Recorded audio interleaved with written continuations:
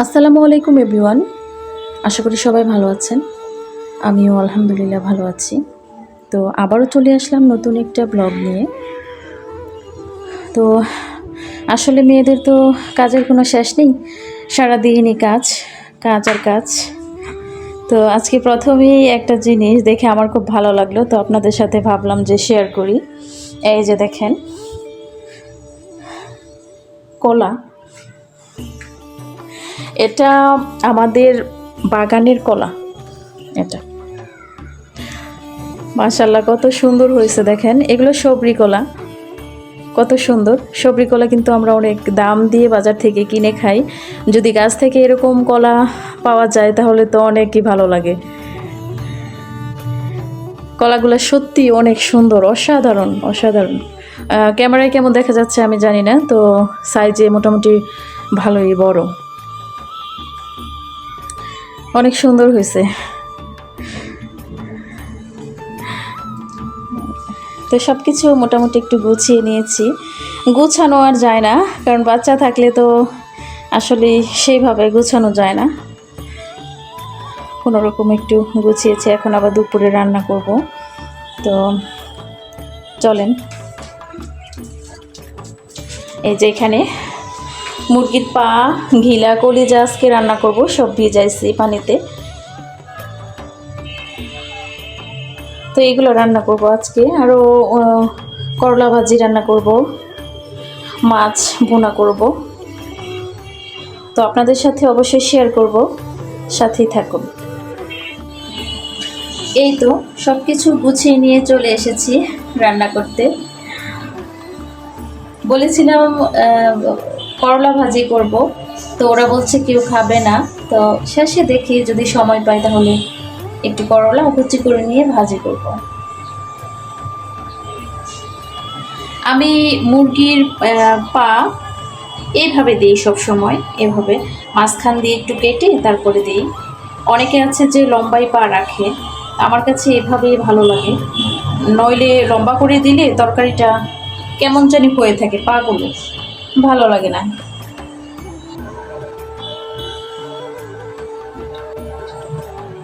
তেল দিয়ে দিলাম, পেঁয়াজ কুচি,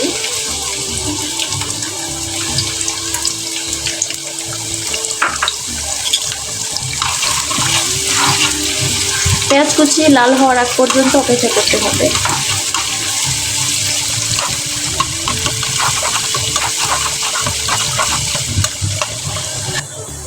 আদা,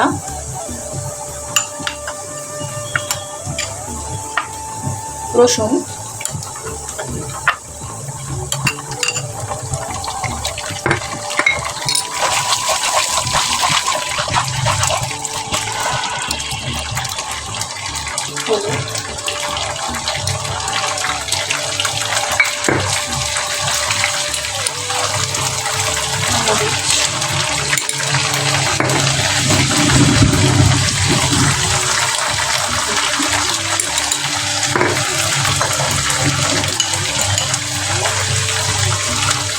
জিরা,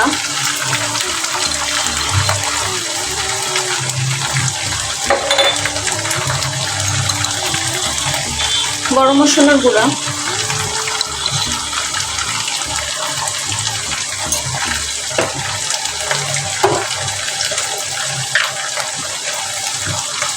লবণ,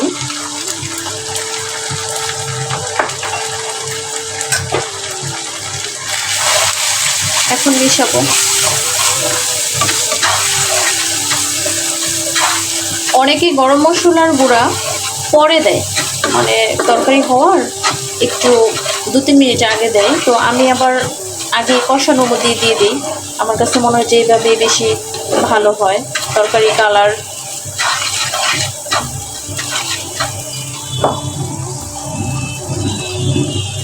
পানি,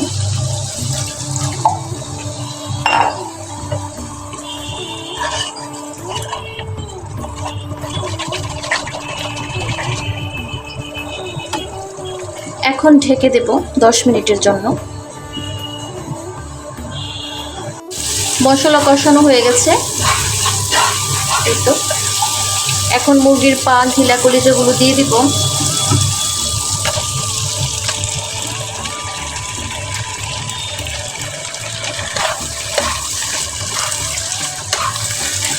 একটু নেড়ে চেড়ে মিশিয়ে নিই।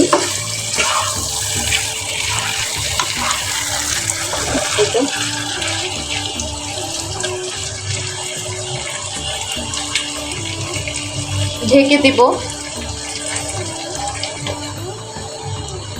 10 মিনিটের জন্য ঢেকে দিলাম। এই যে আমার রান্না কমপ্লিট হয়ে গেছে। মুরগির ঘিলা কলিজা আর মাছ ভুনা। তো ঘিলা কলিজাটা আমার ছেলে আবার একটু খেয়েছে, বলছে মা অনেক মজা হয়েছে। তো এই আর কি। এখন দুপুর গোসল করব, নামাজ পড়ব। তো আজকের ব্লগটি এই পর্যন্তই। ভালো লাগলে শেয়ার করবেন, সাবস্ক্রাইব করবেন, কমেন্ট করবেন। আল্লাহ হাফিজ।